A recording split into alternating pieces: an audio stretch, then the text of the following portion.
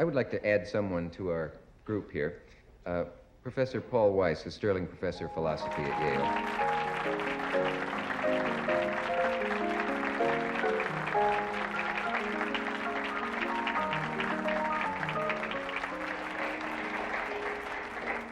Were you able to listen to the show backstage? I heard a good deal of it, but then I was behind the rostrum here.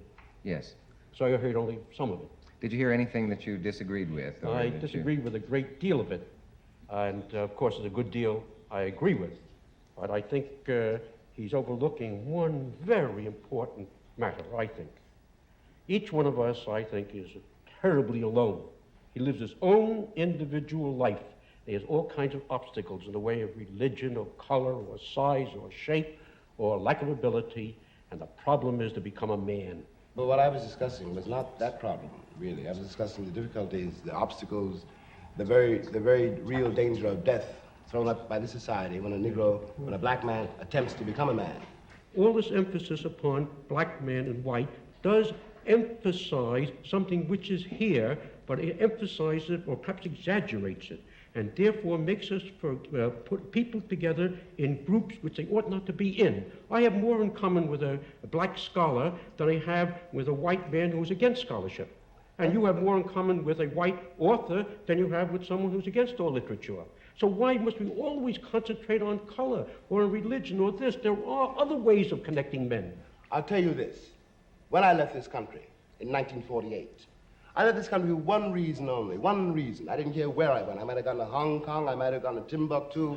I ended up in Paris, on the streets of Paris, with $40 in my pocket on the theory that nothing worse could happen to me there than had already happened to me here. You talk about making it as a writer by yourself. You have to be able then to turn off all the antenna with which you live, because once you turn your back on this society, you may die. You may die. And it's very hard to sit at a typewriter and concentrate on that if you're afraid of the world around you. The years I lived in Paris did one thing for me. They released me from that particular social terror, which was not the paranoia of my own mind, but a real social danger visible in the face of every cop, every boss, everybody. I don't know what most white people in this country feel, but I can only include what they feel from the state of their institutions. I don't know if white Christians hate Negroes or not, but I know that we have a Christian church which is white and a Christian church which is black. I know, as Malcolm X once put it, that the most segregated hour in American life is high noon on Sunday. That says a great deal for me about a Christian nation. It means that I can't afford to trust most white Christians and certainly cannot trust the Christian church. I don't know whether the labor unions and their bosses really hate me. That doesn't matter, but I know I'm not in their unions. I don't know if the real estate lobby has anything against black people, but I know the real estate lobbies keep me in the ghetto.